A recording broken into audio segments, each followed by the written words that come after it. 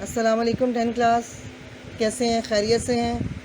اللہ سب کے گھروں میں خیریت رکھے۔ آپ کا پہلا ہی چیپٹر ابھی چل رہا ہے، تاریخ پاکستان حصہ دوم۔ آج اس کے مختصر سوالات انشاءاللہ اختتام پذیر ہو جائیں گے، پھر اس کے ایک دو لانگ کوشچن رہ جائیں گے۔ یہاں پہ سوال نمبر 18 آپ کے لیے میں نے جو بنایا کہ میاں نواز شریف کے دوسرے حکومت کا خاتمہ کیسے ہوا۔ یہ آپ کو ویسے نواز شریف کے دوسرے دور حکومت میں لکھا ہوا بھی ہے، میں پڑھا بھی چکی ہوں، اس کے باوجود میں نے یہاں آپ کے لیے لکھا ہے تاکہ شارٹ کوشچن میں اس کو اچھی طریقے سے آپ یاد کر لیں۔ 12 اکتوبر 1999 کو جنرل پرویز مشرف نے وزیر اعظم نواز شریف کی حکومت کا تختہ الٹ کر ملک پر قبضہ کر لیا۔ انہیں اتار دیا تھا ان کے عہدے سے، لیکن انہوں نے اپنے اختیارات کا استعمال کیا۔ اگلا جو سوال ہے یہ بھی آپ لانگ کوشچن میں پڑھ چکے ہیں پاکستان کے جوہری پروگرام میں، کہ پاکستان نے ایٹمی دھماکے کب اور کہاں کیے۔ صفحہ نمبر 23 پہ اس کا جواب ہے، پاکستان نے 28 مئی 1998 کو بلوچستان کے، یہ غلط لفظ لکھا گیا ہے، یہ چاغی ہے، غین چھوٹی گئی ہے، چاغی پہاڑ میں بھارت کے 5 دھماکوں کے مقابلے میں 7 دھماکے کیے، اور پاکستان پہلا اسلامی ملک بنا اور دنیا کا 7واں جو ایٹمی طاقت بنا۔ یہ بھی آپ کو مختصر سوال میں آ سکتا ہے۔ اگلا ہے مقامی حکومت سے کیا مراد ہے، اس کا جواب آپ کو ملے گا صفحہ نمبر 24 پہ۔ ایسی حکومت جس کی باغ ڈور، یہ باغ دوڑ نہیں ہے، باغ ڈور ہے، رے پہ رے ہے، یہ رے نہیں ہے۔ مقامی لوگوں کے، مقام لکھا گیا ہے بائی مسٹیک، مقامی لوگوں کے ہاتھ میں ہو، مقامی حکومت کہلاتی ہے۔ مقامی لوگ ہی مقامی سطح کی پالیسیاں مرتب کرتے ہیں۔ یہ میں آپ کو سوالوں کے جواب جو ہے وہ بتا رہی ہوں، ساتھ ساتھ اس کو ٹھیک کر لیں تاکہ آپ کو الفاظ جو ہیں وہ جو غلط لکھے ہیں وہ پھر سے ٹھیک سے پتہ لگ جائے۔ میں یہاں پھر سے آپ کو بتا دیتی ہوں، ایسی حکومت جس کی باغ ڈور مقامی لوگوں کے ہاتھ میں ہو، مقامی حکومت کہلاتی ہے۔ اگلا سوال ہے، بی بینک اور یو بی ایل کی نجکاری کتنے روپوں میں کی گئی؟ نجکاری میں نے آپ کو بتایا تھا پرائیویٹائز کر دینا، حکومت بیچ دیتی ہے بینک یا ادارے، تو اس کو نجکاری کرنا کہتے ہیں۔ حکومت کے اس میں جو خزانہ ہوتا ہے اس میں پیسے جمع ہو جاتے ہیں۔ تو یہاں پہ باغ ڈور، یہ میں آپ کو لکھ کے بتا دیتی ہوں، یہ باغ ڈور ہے، یہ مقامی ہے، اور یہ ہاتھ میں، ٹھیک ہے، یہ سمجھ آ گئی ہوگی آپ کو۔ اچھا جی، بہت سستے بیچ دیے گئے بینک۔ حبیب بینک کو 2004 میں صرف 22 بلین روپے میں بیچ دیا گیا، اور یو بی ایل کو صرف 13 بلین روپے میں بیچ دیا گیا۔ یہ بڑا امپورٹنٹ کویشچن ہے، یہ اکثر بورڈ میں آ جاتا ہے، بہت چھوٹا سا ہے، بہت چھوٹے سے مختصر سا ہے، اس کو اچھے طریقے سے آپ نے یاد کر لینا ہے۔ اس کے بعد ہے، امیدواروں کے لیے بی اے کی شرط کس الیکشن میں لازمی قرار دی گئی؟ کون سے امیدوار؟ جو ہم الیکشن میں جب کھڑے ہوتے ہیں تو چاہے وہ ہم قومی اسمبلی کے لیے کھڑے ہوں یا صوبائی اسمبلی کے لیے، ہم اس لیے کہہ رہی ہوں کہ وہاں پہ عام لوگ ہی بھی کھڑے ہوتے ہیں، اور اس کے لیے شرط رکھ دی گئی کہ اس بی اے کی تعلیم ضروری ہے، بی اے کی ڈگری ہونا ضروری ہے تاکہ پڑھے لکھے لوگ آئیں اور پڑھے لکھے لوگوں کے ہاتھوں میں ملک کی باغ ڈور ہو۔ لیکن بڑے وڈیرے اور ان پڑھ لوگ جن کے پاس روپیہ پیسہ وہ آ جاتے تھے حکومت میں۔ اس کے بعد بھی جب یہ لازمی قرار دے دی گئی شرط، تو اس کے بعد بھی لوگوں نے کیا کیا کہ بہت سے لوگوں نے جعلی ڈگریاں بنوا لیں اور بی اے کی جعلی ڈگریاں بنوا کے الیکشن میں حصہ لیا۔ جب بعد میں اس کی تحقیق کی گئی اور وہ جعلی ثابت ہوئیں تو پھر ان کو نااہل قرار دے کے نکال دیا گیا۔ یہ ہوا کب؟ اکتوبر 2002 میں ملک میں انتخابات منعقد ہوئے۔ جنرل پرویز مشرف نے نومبر 2002 میں آئندہ 5 سال کے لیے صدر مملکت کا حلف اٹھایا، اور پاکستان میں پہلی بار امیدوار کا گریجویٹ یعنی بی اے پاس ہونا لازمی قرار دیا گیا 2002 کے الیکشنز میں۔ اس سے پہلے تعلیم کی حد نہیں تھی کہ جو مرضی آ کے الیکشن میں حصہ لے سکتا تھا، ٹھیک ہے۔ یہ آج آپ کے پہلے چیپٹر کے شارٹ کوسچن جتنے پاسیبل تھے اور آپ کی بیک ایکسرسائز میں وہ آج تمام مکمل ہو گئے۔ چلیں، اس کو اب اچھی طرح سے آپ نے یاد کرنا ہے، بڑا امپورٹنٹ چیپٹر ہے، اس میں سے بہت سے سوال آتے ہیں۔ السلام علیکم۔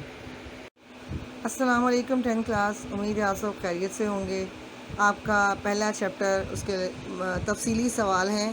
ایک ضیاء الحق کے بارے میں ہے کہ 1977 سے 1988 کے دوران پاکستان میں نفاذ اسلام کے سلسلے میں کی گئی کوششوں کا ذکر کریں، جو کوششیں کی نفاذ اسلام کے لیے بہت بہترین تھی اور ان پر عمل درآمد بھی کیا گیا، اور ان کے بارے میں آپ کو اس تفصیلی جواب میں پتہ لگے گا کہ کیا کیا تھا۔ اس میں سب سے پہلے شرعی عدالتوں کا قیام۔ 10 فروری 1979 کو ایک آرڈیننس کے ذریعے تمام ہائی کورٹس میں شریعت بینچ قائم کر دیے گئے۔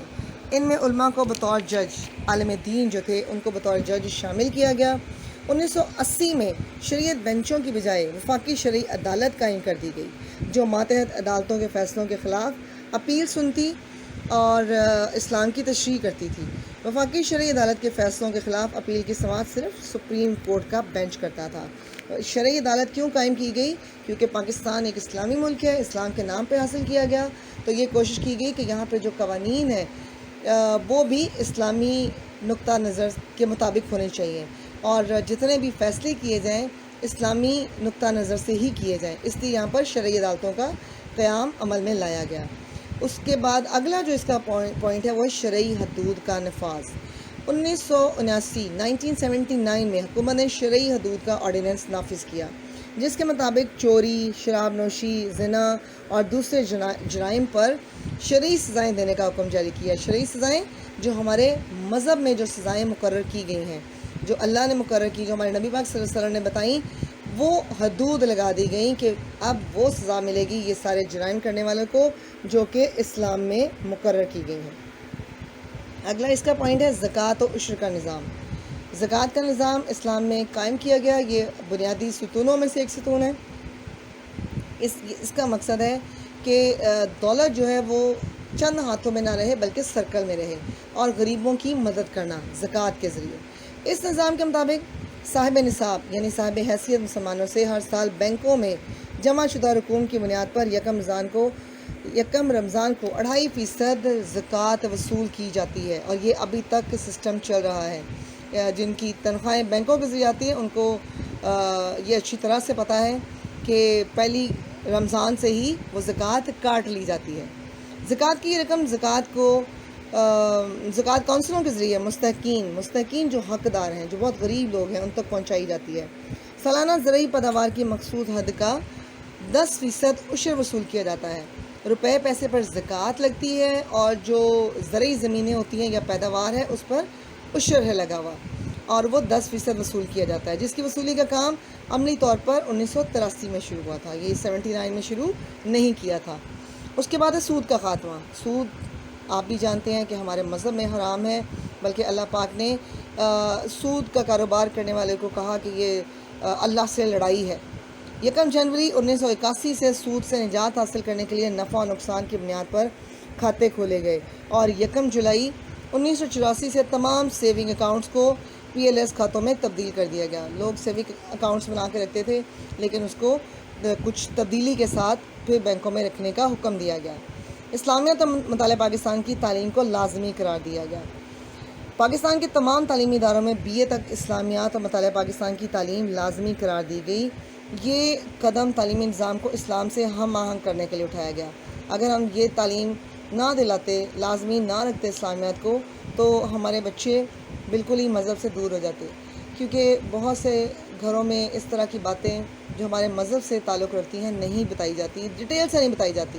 تو یہ کتابیں جو آپ کو لگائی گئی ہیں اس میں بہت تفصیل کے ساتھ اس میں آیات بھی ہیں، اس میں صورتیں بھی ہیں، اس میں احادیث بھی ہیں، تفصیل کے ساتھ آپ کو پتہ لگتا ہے کہ اسلام ہمیں کیا تعلیم دیتا ہے۔ اور مطالعہ پاکستان کتاب لگانے کا مقصد پاکستان کیسے بنا، اس کے پیچھے محرکات کیا تھے، لوگوں نے قربانیاں کیسے دیں، اور ہمارے ملک میں موجودہ نظام جو ہے وہ کس طریقے سے چل رہے ہیں، اس سب کے بارے میں بتانا۔ پھر نماز کا اہتمام۔ اسکولوں، کالجوں اور سرکاری دفاتر میں ظہر کی نماز کا اہتمام کیا گیا۔ لوگوں کو نماز کی طرف راغب کرنے کے لیے صلاۃ نماز کمیٹیاں بنائی گئیں، اور اس وقت یہ لازمی قرار دیا گیا تھا، باقاعدہ ایک الگ وقت مقرر کر دیا گیا تھا، دفاتر میں بھی اور اسکول کالجز میں بھی۔ احترام رمضان آرڈیننس۔ اب پھر کوئی کم ہی ہوتا ہے، ویسے پہلے ہو رہا تھا، اب پھر لوگوں نے یہ احترام کم کر دیا ہے۔ رمضان کا احترام نہ کرنے والے کو 3 ماہ قید اور 500 روپے جرمانے کی سزا دی جا سکتی ہے۔ اس سلسلے میں احترام رمضان آرڈیننس جاری کیا گیا، یعنی آپ سرے عام کھانا پینا نہیں کر سکتے رمضان کے مہینے میں۔ دینی مدارس، ضیاء دور میں دینی مدارس کی سرپرستی کی گئی اور ان کو سالانہ امداد دی جاتی تھی۔ ان اداروں کی اسناد کو MA کے برابر درجہ دے دیا گیا، لیکن اس کا کچھ لوگوں نے ناجائز فائدہ بھی اٹھایا اور دینی مدارس کے نام پر بچوں کو ایسی تعلیم بھی دی گئی جو ان کو مذہب سے دور بھی کر گئی۔ عربی کی لازمی تعلیم، اسکولوں میں جماعت ششم سے جماعت ہشتم یعنی 6 کلاس سے 8 کلاس تک عربی زبان کی تعلیم لازمی قرار دی گئی۔ پرائیویٹ اسکولز میں نہیں ہے، لیکن سرکاری اسکولوں میں یہ ابھی بھی رائج ہے یہ سلسلہ۔ اگلا ہے بین الاقوامی اسلامی یونیورسٹی کا قیام۔ اسلامی قانون کے ہر پہلو پر تحقیق کرنے کے لیے 1981 میں اسلام آباد میں بین الاقوامی اسلامی یونیورسٹی نے کام کرنا شروع کیا اور یہ ابھی تک قائم و دائم ہے اور بڑا اچھا کام یہ کر رہی ہے۔ اس کے بعد ہے آخری آپ کا پوائنٹ، شریعت فیکلٹی کا قیام۔ اسلام آباد کی قائد اعظم یونیورسٹی میں شریعت فیکلٹی قائم کی گئی، جہاں قرآن مجید، سنت نبوی صلی اللہ علیہ وآلہ وسلم اور فقہ پر مبنی قانون کی تدریس کا بندوبست کیا گیا، تعلیم کا بندوبست کیا گیا۔ ٹھیک ہے، یہ آپ کا ایک لانگ کوسچن اور مکمل ہو گیا آج۔ جلدی یہ چیپٹر انشاءاللہ ختم ہو جائے گا۔ یہ بڑا آسان سوال ہے، بڑا امپورٹنٹ سوال ہے، اس کو ذرا دھیان سے یاد کریے گا۔ السلام علیکم۔